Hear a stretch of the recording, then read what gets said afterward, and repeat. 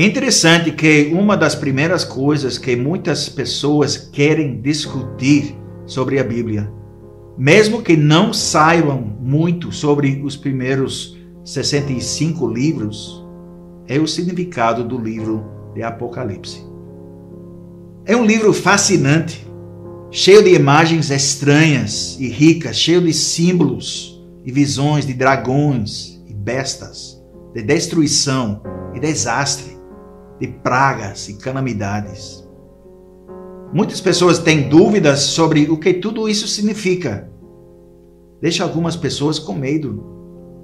E gerou muito dinheiro para outras pessoas com a publicação de centenas de livros que especularam sobre a besta, sobre o falso profeta, sobre o anticristo, sobre o que tudo isso significa. Muitos cristãos leem o livro de Apocalipse com o jornal aberto, interpretando sua mensagem à luz das últimas notícias. E ninguém, ao que parece, apresentou a perfeita interpretação desse livro misterioso. E agora, uma das coisas que nós precisamos lembrar sobre o livro de Apocalipse é que, embora seu simbolismo seja estranho para nós, se conhecermos nossa Bíblia, reconheceremos muito. Gafanhotos, bestas, dragões, serpentes, pragas, tempestades, desastres naturais. Todas essas coisas podem ser encontradas nas Escrituras. Os profetas usavam esse tipo de imagem para falar sobre o julgamento de Deus, sobre a batalha entre Deus e o maligno, sobre a natureza da guerra espiritual que vem acontecendo desde a queda no pecado.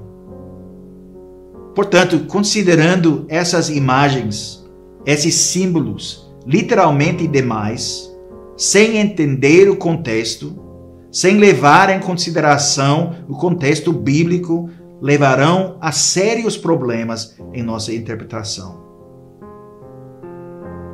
E a segunda coisa que nós precisamos lembrar sobre o livro de Apocalipse, como o restante das Escrituras, deve ser um encorajamento para o povo de Deus. Uma mensagem sobre a justiça e o julgamento de Deus, sim, mas também uma mensagem sobre a bondade, a graça e a misericórdia de Deus, o cuidado de Deus do seu povo. As visões relatadas em Apocalipse não devem ser ameaçadoras ou aterrorizantes para nós. Agora, para os inimigos de Deus é diferente. Aqueles que odeiam a Deus enfrentarão sua ira e seu julgamento. E eles devem ficar assustados. Mas em nossa união com Cristo, nós podemos ter certeza de que Deus cuida de nós como seus próprios filhos. E que esse cuidado será mostrado até nos dias mais difíceis. Podemos confiar nele absolutamente. Por fim, cremos conforme a palavra de Deus, que ao chegar o tempo ordenado pelo Senhor, mas desconhecido por todas as criaturas, e se completar o número dos eleitos, o nosso Senhor Jesus Cristo voltará do céu de maneira visível e corporal, assim como ele ascendeu. Atos 1:11. Com grande glória e majestade. Ele instalará a si mesmo como o juiz dos vivos e dos mortos, e porá este antigo mundo em chamas para o purificar. E então todas as pessoas, homens, mulheres e crianças, que existiram no mundo, desde o seu princípio até o seu final, aparecerão pessoalmente diante deste grande juiz, intimados pela voz do arcanjo e pela trombeta de Deus. Eu não vou entrar nas várias visões que existem sobre escatologia na igreja cristã. Podemos falar sobre esse debate numa outra ocasião. O que eu quero enfatizar agora é o seguinte: Jesus Cristo o grande rei, no dia em que todas as coisas forem cumpridas, voltará em glória para julgar os vivos e os mortos. Ele virá visivelmente, não em segredo. Todo mundo saberá que ele está aqui. E aqueles que amam Jesus se alegrarão em vê-lo. Experimentar a maior transformação imaginável. A transformação dessa vida caída na vida de glória eterna que nos espera. Mas para aqueles que odeiam Jesus, porque essa é a única outra opção. Não existe neutralidade quando se trata de nosso relacionamento com Deus. O dia do Senhor para essas pessoas será um dia terrível. Um dia em que a ira de Deus será mostrada em todo o seu poder justo e santo. E para nós em Cristo, esse dia será o cumprimento de nossas orações. Tudo será corrigido. Nesta vida, muitas vezes nós vemos a maldade aparecendo prosperar, enquanto os justos estão sofrendo. Nós vemos tolos em lugares altos, enquanto a sabedoria dos sábios permanece oculta. Nós vemos pessoas perdidas no pecado, parecendo escapar sem consequências, apesar da sua rebelião contra Deus. Mas um dia, tudo isso vai mudar. Os ímpios vão receber o que merecem. A rebelião contra o Deus Altíssimo será punida. A traição contra o grande rei será punida, pois os traidores aparecerão diante do tribunal de Cristo. E o povo de Deus se alegrará. Aqueles que sofreram nesta vida por causa de Cristo, por causa da cruz, por causa do Evangelho, serão justificados.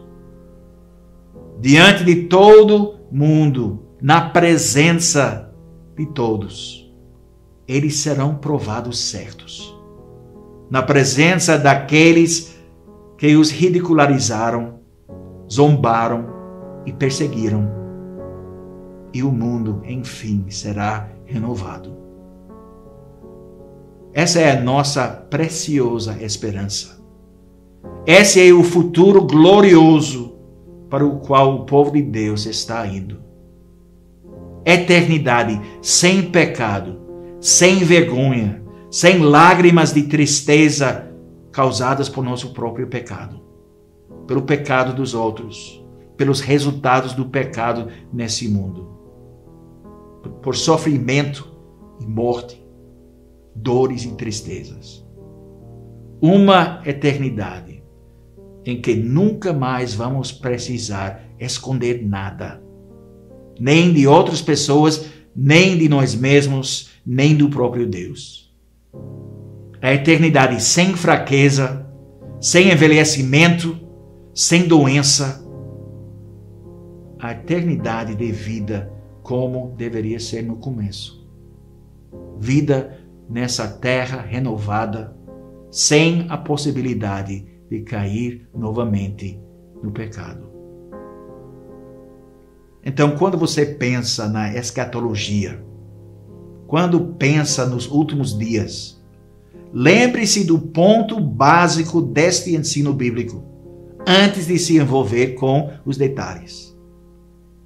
Agora, esses detalhes são importantes e devemos nos esforçar para entender toda a Bíblia, do começo ao fim, incluindo as partes difíceis, como o livro de Apocalipse, as visões de Daniel, as outras passagens como elas. Mas antes de entrar em detalhes, você precisa entender e viver de acordo com o básico. Esta vida é uma batalha constante. O maligno foi derrotado na cruz e seus propósitos foram frustrados. Mas a batalha vai continuar até o último dia. Mas Deus será vitorioso. Seus propósitos serão cumpridos. Esta vida não é tudo que existe. E nós temos um futuro glorioso pela frente. Viva todos os dias com o fim em mente. Fique preparado, porque ele virá como ladrão da noite. E se Jesus voltar na próxima semana, ou daqui a 1000 anos, cada um de nós precisa ficar preparado para encontrá-lo no futuro muito próximo. Mas quando confiamos nele, quando dedicamos nossa vida a ele, quando servi-lo é o maior bem que podemos imaginar, podemos esperar esse dia com grande expectativa. E podemos repetir com alegria as últimas palavras das Escrituras. Amém. Vem, Senhor Jesus.